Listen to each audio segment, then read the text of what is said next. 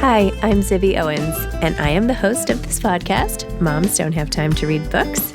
I am also a newly minted USA Today best-selling author of the novel Blank. I've created a whole community of book lovers around this podcast, a publishing company, reading retreats, a bookstore, and more. Learn more at zibbymedia.com or follow me on social at Zibby Owens or join the community at Zibby Readers. Kathleen Dorothy Blackburn is the author of Loose of Earth, a memoir. Kathleen teaches in the University of Chicago Creative Writing Program. She is a Pushcart Prize nominee whose work has appeared in Colorado Review, Guernica, Gulf Coast, Pleiades, and Swamp Pink, and was listed as a notable in Best American Essays. Welcome, Kathleen. Thank you so much for coming on Moms Don't Have Time to Read Books to discuss Loose of Earth, a memoir. Thank you. I'm delighted to be here. I've just been so excited. I love the podcast, and it's sort of a dream just to be in conversation with you. And I'm so grateful for all that you do for books and love your work. So thank you for this conversation. Thank you for saying that. I read your book in basically one sitting, and at the end, I was crying, and my kids came over and were like, "Mom, are you okay?" And I was like, I just had to sit there, and I was like, "You guys, I just read this, so sad." I mean, it's happy. I was like, it's not a spoiler to say your dad died, and that's part of the book, but it was so moving. I haven't cried, physically cried at a book in a long time, where I just had to sit there and kind of recover. And not to say it was all not to say it was an unpleasant reading experience, it just was so moving. Anyway, you're a beautiful writer, and the book was so moving, and oh my gosh. Anyway. Oh, that means a lot to me. Thank you.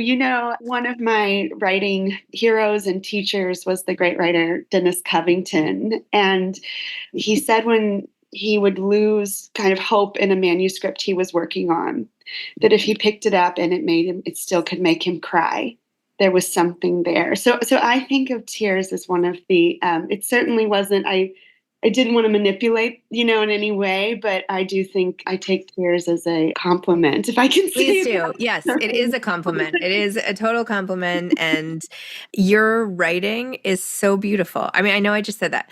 Maybe I could read a few passages as we're talking, but just the way that you explain even the most ordinary things. I was thinking about it after, what did she do? Basically, you told the story. Well, you should describe it, but the way you told about a period of time in your life, which could have been told in 8 million different ways, right? But you told it through the beauty of language and all these specific little details and moments, but then you used words to make it like art. Anyway. Wow, that's beautifully said. Thank you. Tell everybody about the book, and I'm sorry for just, dumping this. It was just very, very moving. Oh my gosh. No, every word you've shared is a gift. I'm grateful to you. I'll talk about what the book is about, but I also just want to quickly say that I feel like the only way I got through writing it was just by holding on for dear life to the language and to the sentences and the craft of working on those sentences. So it means a lot to hear you say that. This is a memoir about growing up in West Texas. I was 12 years old, the oldest of 5 kids. My family were white, evangelical conservatives. My parents homeschooled us, and they extended that skepticism of public education to a lot of institutions, including the medical industry, even though they themselves had backgrounds in the sciences. My dad was a pilot, a former Air Force pilot, gone commercial with a bachelor's in civil engineering, and my mom was a veterinarian. My dad was also really robust, a marathon runner. And about 6 months after he completed actually the New York City Marathon with an average of an 8-minute mile pace, he was suddenly and shockingly diagnosed with late stage, early onset colon cancer and given a very short time to live. And this diagnosis kicked our beliefs into high gear. Rather than following the medical advice to start rounds of chemotherapy and radiation, which the doctors said might extend his life a little bit, but we're talking at the months level. My parents wanted a cure. And when the doctors couldn't offer that, we started seeking out faith healers all across West Texas, of which there were no shortage. Mhm. And what we didn't know at the time was that my dad, like I said, he had been in the Air Force. He was third generation Air Force. He had grown up in and around military sites most of his life.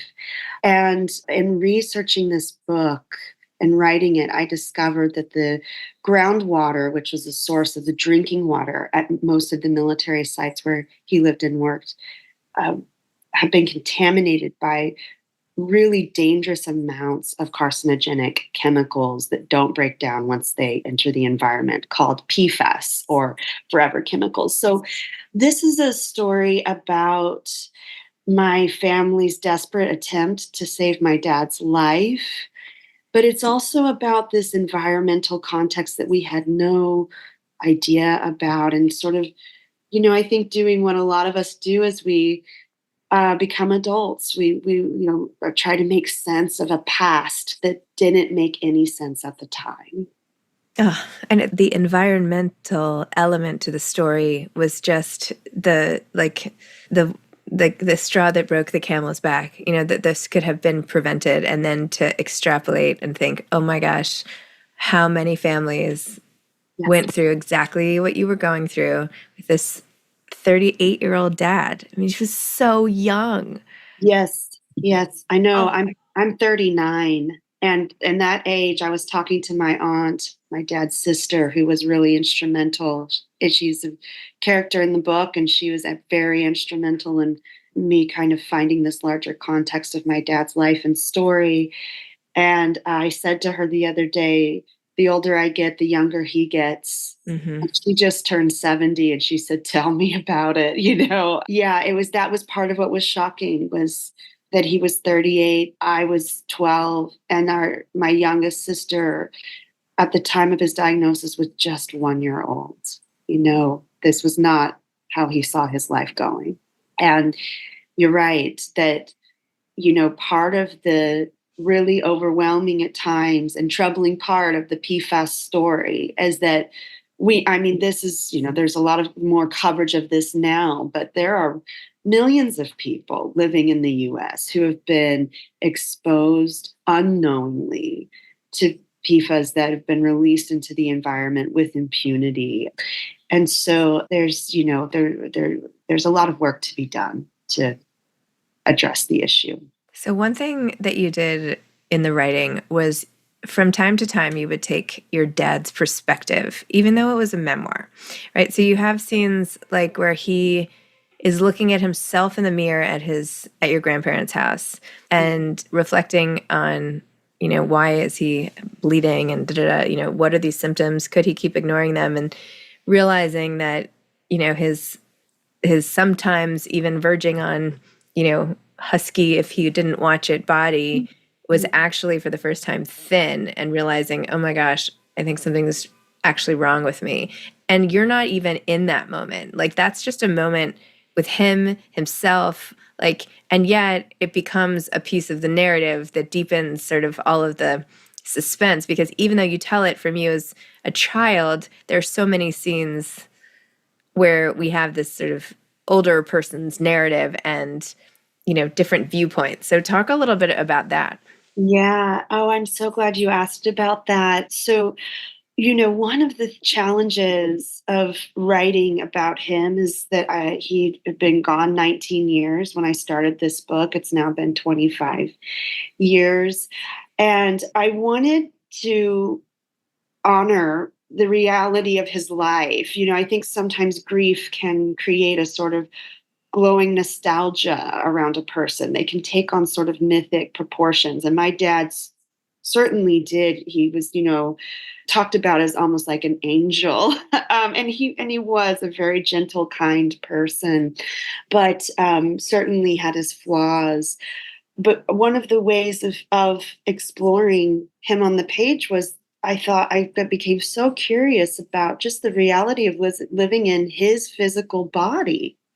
And what was it like for him to feel physically and witness in all the ways we are aware of our own bodies, the changes that were happening, even as he was claiming, God is going to heal me, I'm not dying, which was the dissonance that he was living in because of the way my family decided to pursue like this idea, honestly, of a literal miracle. So, I don't know about you, Zibby, but when you have a family, sometimes the only private place you can find is a bathroom. And when I was, I have a 2-year-old now, and I was the oldest of all those 5 kids, and sometimes the only alone time anyone in our house had was in a bathroom. If you Mm-hmm. were lucky, if the toddler didn't follow you in. And so I thought, what were those moments in the bathroom like for him, where he had to face the symptoms of his cancer and look in the mirror and see the changes that were happening? What did he tell himself in the privacy when he didn't need to be strong for my mom or for my siblings and me? And I gave myself the creative license that a fiction writer gives themselves to use the imaginative act of storytelling to empathize with my father, to think about it. And I definitely let the reader know, this is something I'm imagining.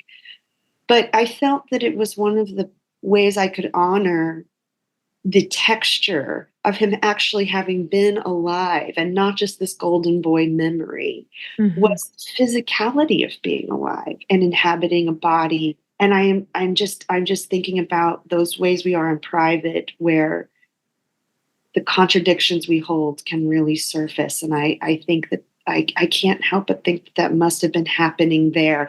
And his sister told me that occasionally he would call her privately while he was looking in the mirror and say, I can see that I'm changing. So that helped to give me a window into exploring that, even though I can't verify that's, exactly what was going through his head. Oh my gosh.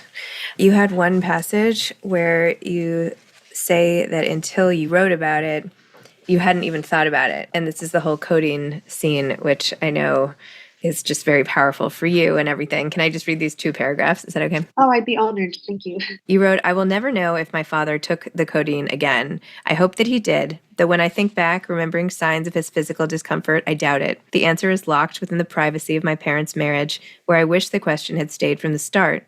Within an hour of my calling her, that wretched afternoon, my mother came home. I remember seeing her stand next to Dad, and I can recall the two of them murmuring together, my father nodding wanly, though who was reassuring whom is unclear. As adults, my sister Carson admitted to me that in her memory, Mom once told her that Dad asked her to hide the codeine from him, knowing his temptation would become too great. The two versions don't seem irreconcilable to me. 20 years passed before I could put language to that afternoon. My shame has been so great. I was at work on this memoir for a year before I could write about it. I can look back now and see that denying my father relief from his pain was an inevitable consequence of my beliefs at the time, though this recognition offers little comfort to me now.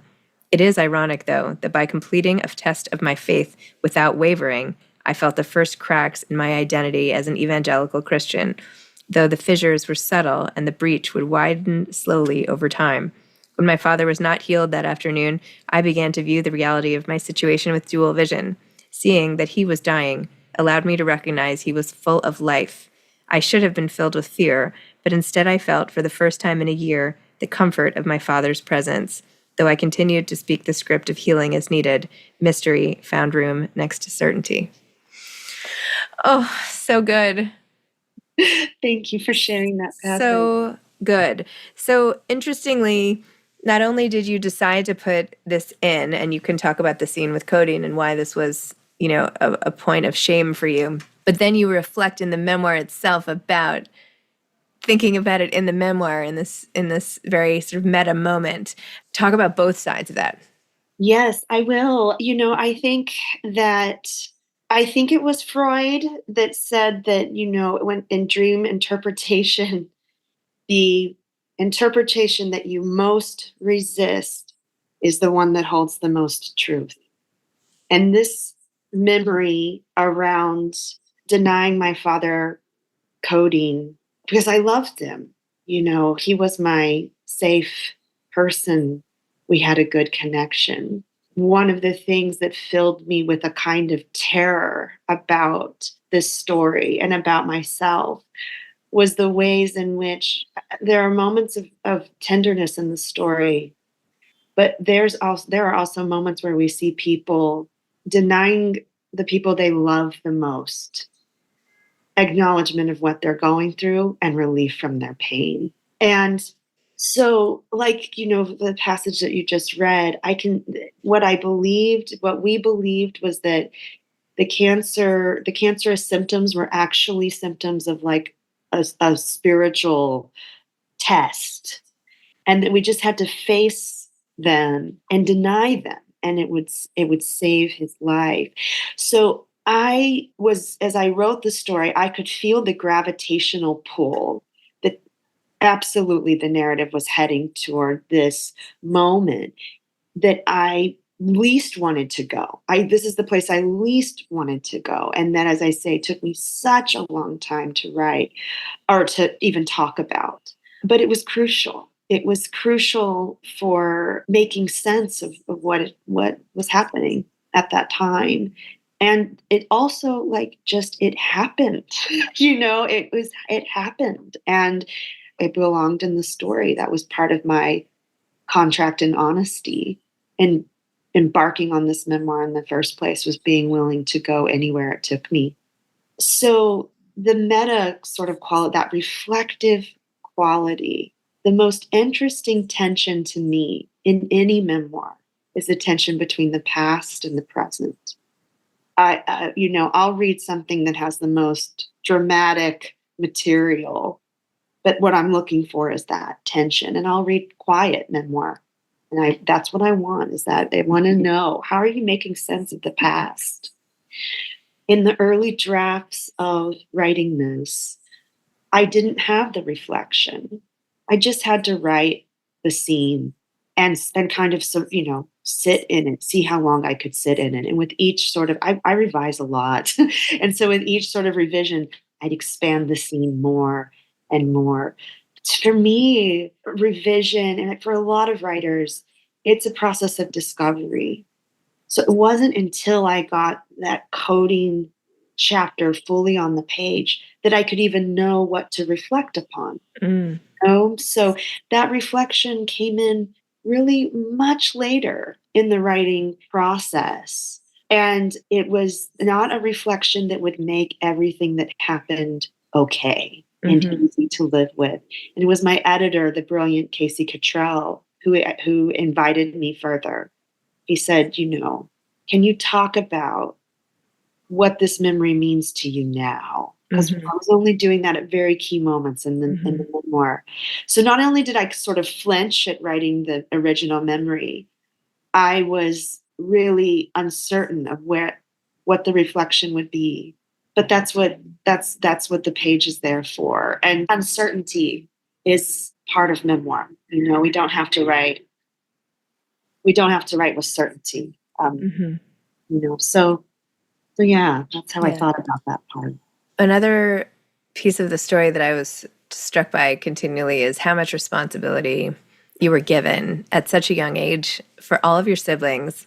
And when your parents had to go to the hospital for the diagnosis, and when they were in the NICU with your sister, and just all these periods of time when they're like, okay, you're in charge, age 11, as Yeah. I'm like, oh my gosh, you guys here, like I have a 10-year-old. I'm like, asking me for Cheerios. I'm like, Yeah. seriously, like get your own. I'm not getting you Cheerios anymore. That is, I'm laying down the law. You can do that Yeah. yourself. Right. You know, Right. and you are taking care of an army of children, and they're not listening to you, and you're so frustrated, and you're just like, I can't. And you keep calling the NICU to be like, ratting on your siblings because you're a kid. So the contrast of that and like putting such an outsized responsibility on someone so young and bearing the weight of that, and then also contending with the fear and unknown of all the big deal grown up things that were first in the hospital and then literally brought into your home in a way where you experienced it so much that your sister became a nurse. I mean, it's a lot. I mean, Yeah. how do you think about that now? And I know you reflect on it in the book, but you know, now you have a kid. Like, how are you thinking about that? Oh, wow. Well, I'm going to be completely honest. Having a kid at the age of 36 and actually being his mother has been a lot easier. And watching I, five kids at age 11, I can't imagine why. no, there was just, it was so interesting. I felt, and I now, talking with so many women who have kids or care for someone else, I know that this is not a unique feeling. I felt like I was failing at every turn as an 11-year-old and 12-year-old with my siblings in terms of just because I wasn't their mother. And, I now know that even if I had been, they wouldn't have listened to me, but, at the time. And there was no way to succeed. There was no way to give them everything that they needed. And before I had my son, I started to feel a lot of fear, the failure that I had experienced as having such a large caretaking role in my siblings' lives extended into what kind of mom am I going to be? And it was really strange. It was like I had this thought, like, I'm going to fail again. I now know, like, that accompanies motherhood, this fear of failure, this endless and bottomless love for another person that it goes back to this theme in a way of like, how can we love someone so much and still be inadequate in moments for them? And that, to me, this is one of the conundrums of motherhood. But I felt it pretty early with my siblings. That said, they were the best part of my childhood too. We were friends. I had, three sisters and a brother, and we played together. We also seriously bonded. Mm-hmm. And we lived as kind of by comparison with some isolated life. We were all Mm-hmm. homeschooled and we learned everything together. Writing about them in this book was such a joy. I loved remembering. I laughed thinking about my sister, who's 2 years younger than me, telling me she was not going to help set the table because and only because I asked her to, and I loved remembering what it felt like to sleep next to them at night, their warm bodies. So it was really it's really been it was really interesting to kind of hold the fact that it was hard, and I wouldn't raise my kid this way, and yet some of the most sacred, beautiful memories I have are from the closeness and care we had for one another, you know? Wow. What has happened in your life between then and now? I mean, there's kind of some blank spaces, you know, Yeah. in the narrative. So what happened after, you know, I mean, in the immediate aftermath, I feel like we get a glimpse, but what did Yeah. you end up doing? There's such a that's such a good question. And the original manuscript actually went several years beyond the point where my father passes away. As you say, I have like this epilogue that leaps Mhm. forward to the present day, and I try to catch people up to speed to an extent. But there is, I do think that the story raises this question of what's going to happen to this family now. Mhm. And it doesn't feel auspicious. Mhm. It feels it there's some what does a family do when they have completely built themselves around a belief system and that thing they were believing for doesn't come through? Mhm. So I am working on the next memoir that is about that aftermath, about grief, Mm-hmm. what it did to my family. That there's the first line of the last chapter is, when does faith turn to grief? Mm-hmm. It's thinking about that. It was hard. We clung to each other. Like I said, I'm the age that my dad was when he died. I'm the age that my mom was when she became a widow with 5 children, and she lost the love of her life. And, I was traveling with my 2-year-old, and his dad couldn't come. And he kept asking, where's dad? And I thought so much about my mom. The grief, it was an unbelievable blow. So, and just like in this story, there were moments, I think, profundity, and there were moments of brutality. I know that's a little vague, but that's sort of what happened. We're all in touch now. We love each other. We have varying degrees of relationships to the past. I left West Texas when I was 25 years old for graduate school. My sisters felt like I was abandoning them. I felt like I was abandoning them, and that was at the age of 25. I mean, the bond was complicated, but very strong. I will say this, my father has felt closer in the last 6 years of working on this book than in the 19 years prior. So you left West Texas. You went to Yeah. grad school for writing, I'm assuming. Mm-hmm. And then what did you do?